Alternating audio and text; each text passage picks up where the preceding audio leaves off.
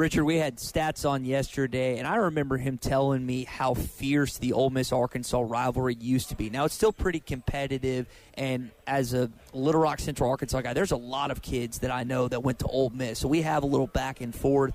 Last season, you have Lane Kiffin, Matt Corral coming to Fayetteville in one of the more bizarre games for Ole Miss all year. He throws 6 interceptions, mind me, and then they also have a turnover on downs, a fumble in that game. How bad do Lane Kiffin and Matt Corral want to avenge in Oxford what happened at Fayetteville last year?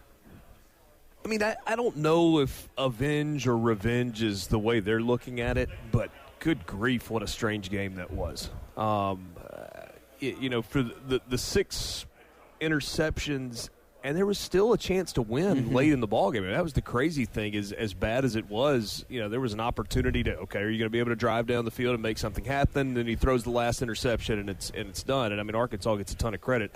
I remember walking away from that game thinking, would Grant Morgan, go away? He was unbelievable on that day. I mean, just an absolute tackling machine, and I know he'll be here this week for Arkansas. I just don't know if that's the way that guys really look at it. I mean, do they take the schedule and go, well, we were terrible in this game a year ago. We sure want to beat them for that reason.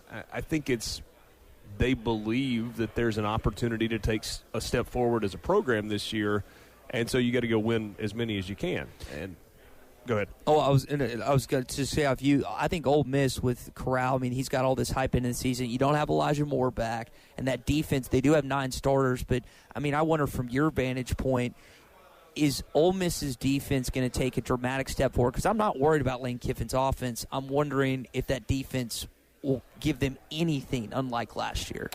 Yeah, and I don't know if it's a dramatic step forward, but any step forward is moving the right direction. That was the second worst defense in the history of SEC football last year. Wow. I mean, that's how bad it was, and yet they still were competitive because of what they were able to do offensively. So, I do think there's some questions on the offensive side. I mean, obviously the absence of Elijah Moore, but there's so many pieces that are coming back. That's, people don't realize that was the leading rushing offense in the SEC because you think Lane Kiffin and you think, okay, they're going to throw the football, and especially with Matt Corral, but that was the leading rushing offense in the SEC. You've got all the running backs back, all but one offensive lineman back.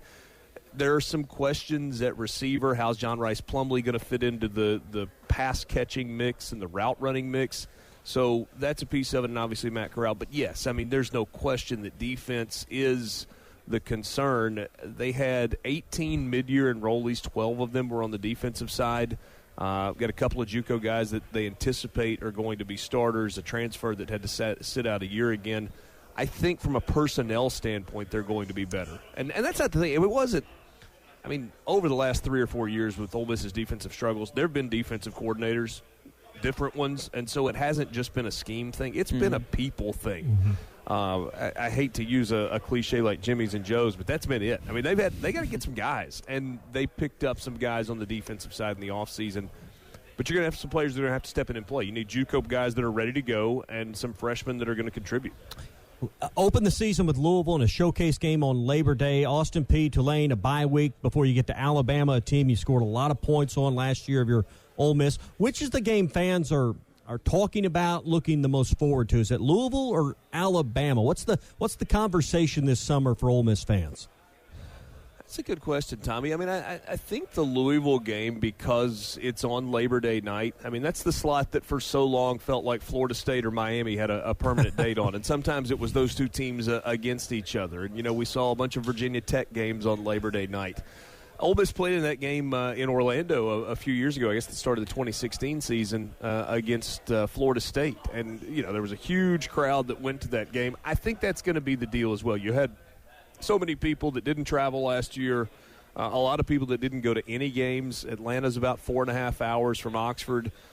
So I think it's going to be one of those deals where you look up and there are, 25, 30,000 Ole Miss fans inside Mercedes-Benz Stadium.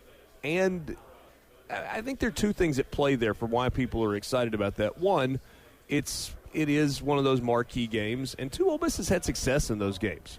They beat Boise State. They were good enough to beat Florida State that year in 2016.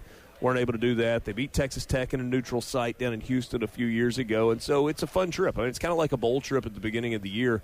And, because people have not traveled and it's a doable trip and they think it's going to be a pretty good football team, there are a lot of people that want to hit the road and check it out. How are fans feeling about that Alabama game? You got to go to Tuscaloosa October the 2nd. Obviously, we all remember the shootout that occurred last year between those two. Alabama was tested as much in that bowl game as seemingly any game this year. Is this the year that, I know there's 3 games before then, but you got to feel confident like you can score some points again on Alabama. Yeah, I think so. I mean, probably glad that that's not the first game out of the gate. You get a chance to maybe knock the rust off just a little bit. And you get the whole former coaches have never beaten Nick Saban thing. Look, I mean, I don't even think the most ardent Ole Miss fan is going to predict, they're going to win in Tuscaloosa. I mean, I say that. We have had a couple of people that have texted into the radio show. There's one guy in particular who is as big an Ole Miss fan. He's like, Ole Miss by 17 in Tuscaloosa. Just go ahead and mark it down. I'm like, okay, I'm in. And I promise you we will credit you if that turns out to be the case. Look, Alabama's the most talented team in the country. Nick Saban is the best coach in the history of college football. You're not predicting to win that game. But I don't think it's crazy to think that Ole Miss is in that game. And again, going back to what Ty was asking earlier about the Alabama game from a year ago, I mean, just a little bit of defense. Not a lot, just a little bit of defense. And Ole Miss not only wins against Alabama, they win against Florida in the opener a year ago. So there's some pieces that are there. We'll see if the offense is able to do its thing or not. One of the things I think Ole Miss does have going for it, as we're talking with Richard Cross, SuperTalk Mississippi, is Matt Corral. Now, you think about the quarterbacks that have beaten Alabama, Richard. It's the likes of Tim Tebow, Cam Newton, Johnny Manziel. You have some weird ones here and there. Matt Flynn, Steven Garcia. You have some ones that are not like Bo the Wallace others. and Chad Kelly. Bo Wallace and Chad Kelly. And by the way, they almost beat Alabama a 3rd consecutive time. That hit on Jalen Hurts I think it was the end of the first half, was unbelievable. So Ole Miss, under Hugh Freeze, they had some chances. Is Matt Corral, can he do enough offensively going up against that Alabama defense that we know is going to be as ferocious as always to keep them in that football game like they did last year with 48 points? Yeah, I mean, if he makes good decisions and protects the football. I mean, you saw Matt Corral at his absolute worst in Fayetteville. I mean, the 6 interceptions, he looked lost. He looked like he confused.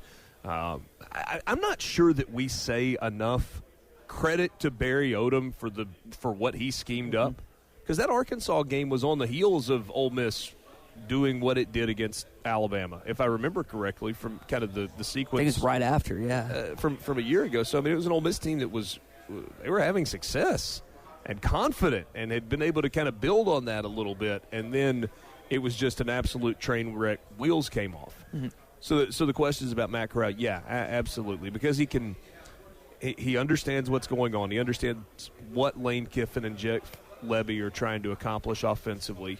He's starting to think more like a coach and an offensive coordinator. It's really been an interesting maturation process, kind of watching the way he approaches the game mentally, and it's pretty cool to see that development process. And then he can hurt you with his feet. I mean, I think if you're going to beat Alabama, if you're going to have success against a team like that, you got to have somebody that can do something else. I mean, being able to stand in the pocket and throw, but you got to be able to run a little bit, and he can do that. Richard, we've talked all Ole Miss to this point, and I know Lane Kiffin has been here before with the Tennessee Volunteers. This is Mike Leach's first SEC Media Days, and I'm sure that you guys can have a 3-hour show with one quote that he said. What kind of expectations do you have for Mike Leach tomorrow as he enters that big old room? I mean, he steps to the podium at SEC Media Days the day after Jeff Bezos tries to shoot himself into space in a rocket that he paid for himself. I think it's perfect timing. I mean, the questions just kind of absolutely write themselves. I don't know. I mean, I assume that he'll be his normal, interesting, jovial self. I don't know if it's just to entertain himself. He's an interesting guy. He's a heck of a football coach, too, and has had a lot of success. Mississippi State's a fascinating team. They really are. Tommy, you got anything else? No, wish we had more time, because I think there's a lot of interesting things with Lane Kiffin and Mike Lee. Y'all got 2 interesting coaches to talk about down there in Mississippi. There is no question about that. No question. Never lacking content on Super Talk Mississippi Sports Talk. We appreciate your time, Richard, and I'm really excited to hear what Lane and all these other coaches have to say today. It's going to be fun. Thanks so much. Absolutely. That is Richard Cross again of Super Talk Mississippi.